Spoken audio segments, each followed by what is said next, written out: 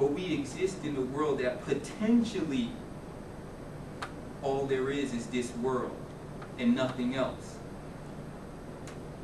So on the one hand, we exist where we could either be, as regular animals, just simply aware that we exist, or constantly trying to mold ourselves in what we want to be, how we want to exist, if we want to exist. Because in existential philosophy, one has the choice to commit suicide if one chooses to, as also in Jainism and Buddhism.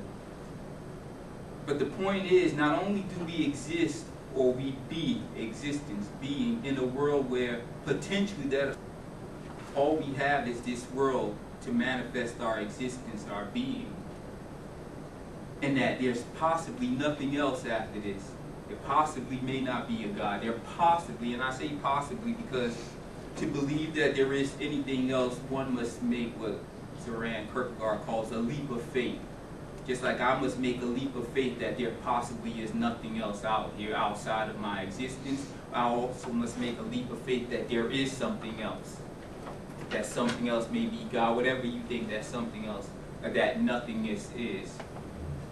So we exist as being, we exist, possibly that our being is in a world that there's nothing else outside of this world. And we exist in which there is something else. And that something else is other people telling us, or other people saying, this is what being is. Now let me break this down real quick. There is being. There is existence. Pure existence, no essence. Because it is up to you to shape who you are, what you want to do, what you want to be, etc. We exist within the backdrop of possibly nothing else. You must assume that there is nothing else because we don't know. Reason does not tell me there is anything else outside of my own being in existence, meaning outside of those I can empirically see, etc. But I also exist in which there are other beings like me who say there's something else and this is what something else is and this is how I should be. We may call it leadership. We may call it leaders saying this is how you ought to be. But for me to relinquish my own findings, my own understanding, my own being, to say that this is the person I want to follow because they are akin to my own understanding of being, in existential philosophy, Sartre calls that living in bad faith.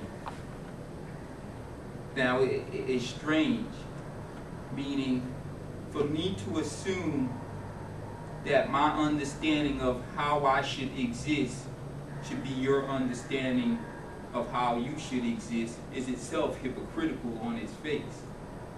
Because I've come to this conclusion through my own reason and rationalism. Unless I chose to live in bad faith from the jump and to follow others who have told me their existence is that something else that I must strive to be. And this is why I say I am not a leader, because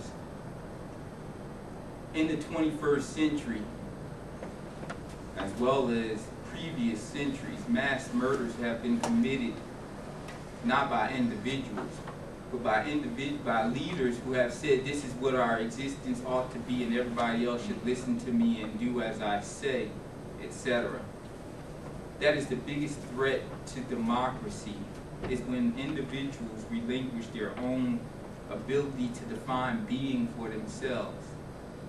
There is only one thing as a philosopher that I can say I know about being in existence. All I know, well, two things.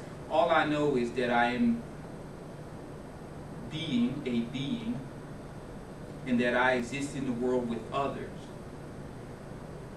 Now, should my being imposed, should my will be imposed upon others? Should I be left to define who I am, how I want to exist? I think if we are truly a liberal democratic society, we should all challenge authority. We should all be for ourselves. We should all attempt to exist with the understanding that there is possibly nothing else but my own existence. That being said, Should I live in bad faith and simply follow those who want to lead us into something else? It's something else that I think I may be inclined to lean towards, I'm not sure. Or what's interesting is that something else, that something else approaches us as being, when that person we are following slips up and their hypocrisy is revealed to us, and then we are at a position where we encounter nothingness. The biggest disappointment one can experience in life is being let down by our so-called leaders. It is what Nietzsche calls the nothingness of existence. Because in our being with others, when we choose to relinquish our own existence, our own understanding, our own being, or the attempt to define our own existence and being for the something else of others, and that something else of others, we are let down when they hypocritically fall short of the ideals they set forth. That is the biggest disappointment. It takes us to despair and what Nietzsche calls despair and nothingness. Why would this person do this? Why would that? Well, why should you look to that person to start with to define who and what you are and what you want to be? So I'm going to end by saying this.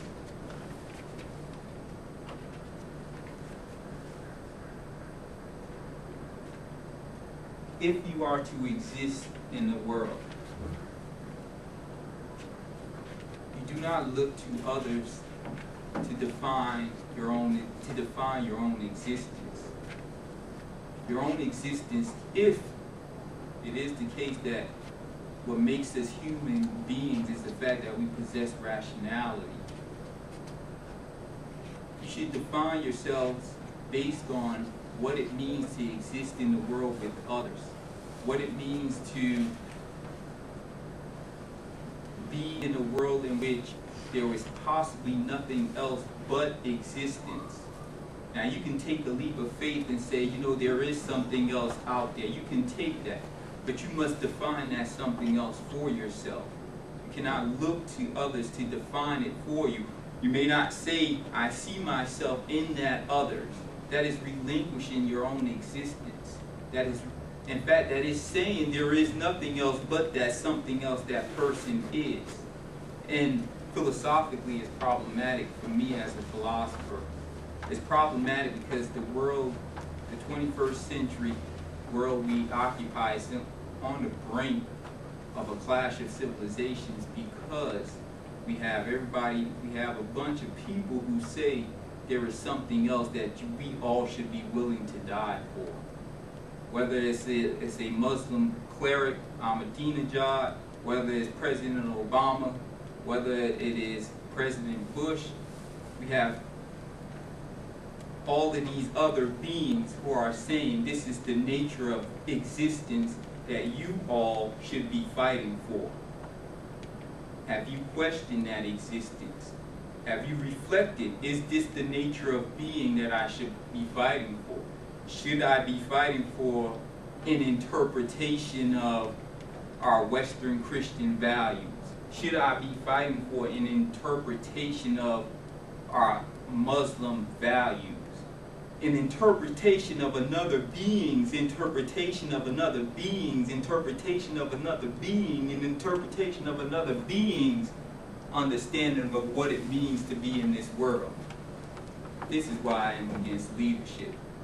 It takes away our sense of responsibility for being in the world as a self and being in the world with other people. There is only one thing I know about being in the world for self and with other people, is that I cannot be in the world by myself without denying the existence of other people. So the only thing I have to share with you is not look for leadership, but simply look to be and to love others that exist and be. That's all I can say.